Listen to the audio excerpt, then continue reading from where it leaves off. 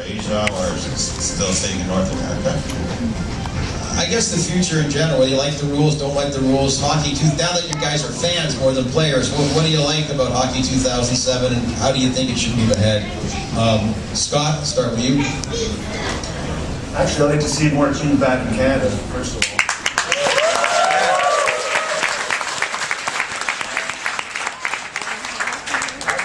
We could probably use some more teams in Canada. I mean, I enjoyed playing in the Canadian cities, being from Canada.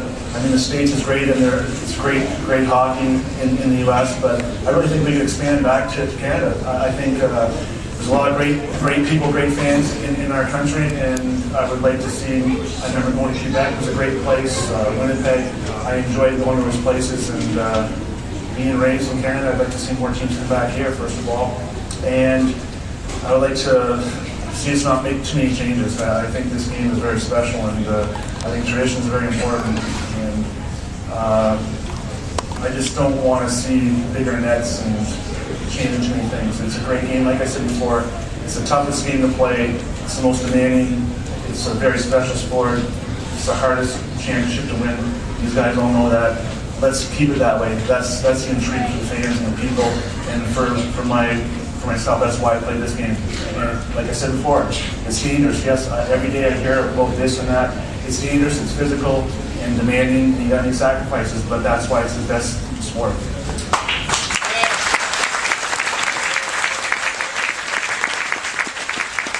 Well, we said people have come from all over, but a receptive crowd here in Toronto, but more teams in Canada. Mark? Well, Scott said it exactly the way my sentiments as well. I'm a big traditionalist as well. I was very nervous about talking about rule changes.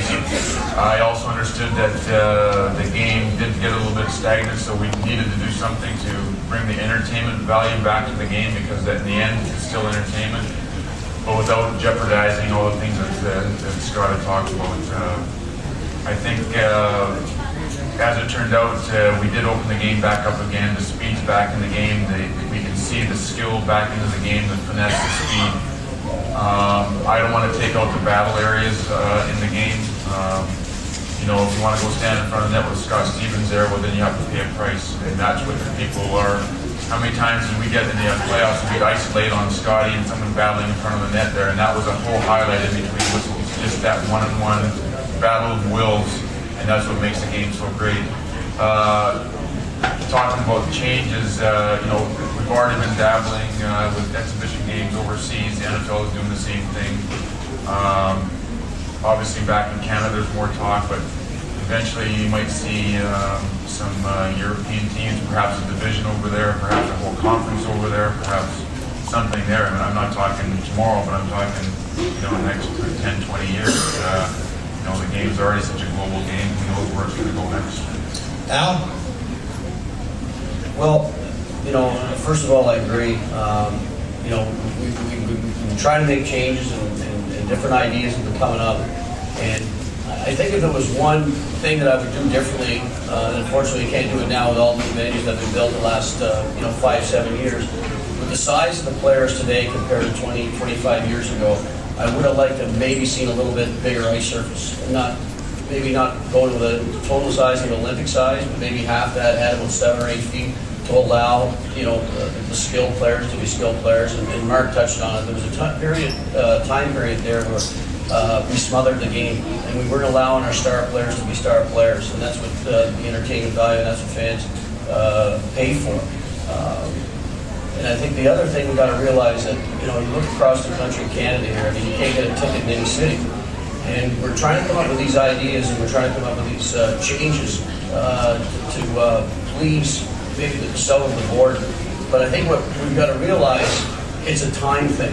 And, you know, some of the best youth hockey teams now are coming out of, you know, California, they're coming out of Dallas, they're coming out of Florida. And what we do is we tend to forget that this game of hockey has been built into from generation to generation in Canada. And I think over the period of time, that's going to adopt down south of the border. We can't be continuing to make changes to satisfy something that's just got to take time. It's a great game. Let's leave it alone. Jimmy? I can tell you from being privileged to be involved with the gentlemen who do talk about and make the rule changes. Almost all of them are people who are really great at playing the game. There are a few people in the rules and the competition committee that didn't play in the NHL, but they do care about the sport. They don't want to do something that they're going to be sorry for. They take a lot of time. That the players are involved in all the decisions. The Players Association have a voice, several of the key players in the league. And I'm a traditionalist, and I totally agree. We have to be very careful. We have to watch what we're doing with the rules.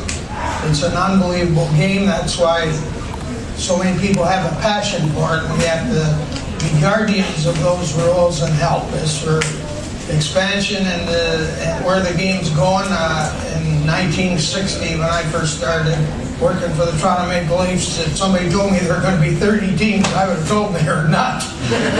So is there going to be 40, or is there going to be teams in Europe? There's certainly, as Mark said, those are possibilities down the road.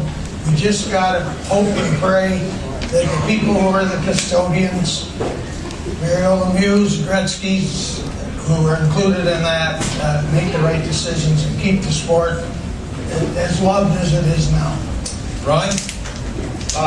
Probably not much left to talk about after that, but two things. I, like a lot of people, was really disappointed with the lockout season. I think coming out of that, with the cap now in place, I think it's a better possibility for some of the Canadian cities to get back in the NHL and do that, which would be great to see. I think there's no question that would be good for the game. And the other thing I like is the fact that now the players and the management are going to sit down in a lot of these discussions and try to work these things out together to decide what's best for the game going forward. Because, as everybody said, there's some bright minds involved in the game of hockey, and get them all together in the same room working for the betterment of the game is only good for our game.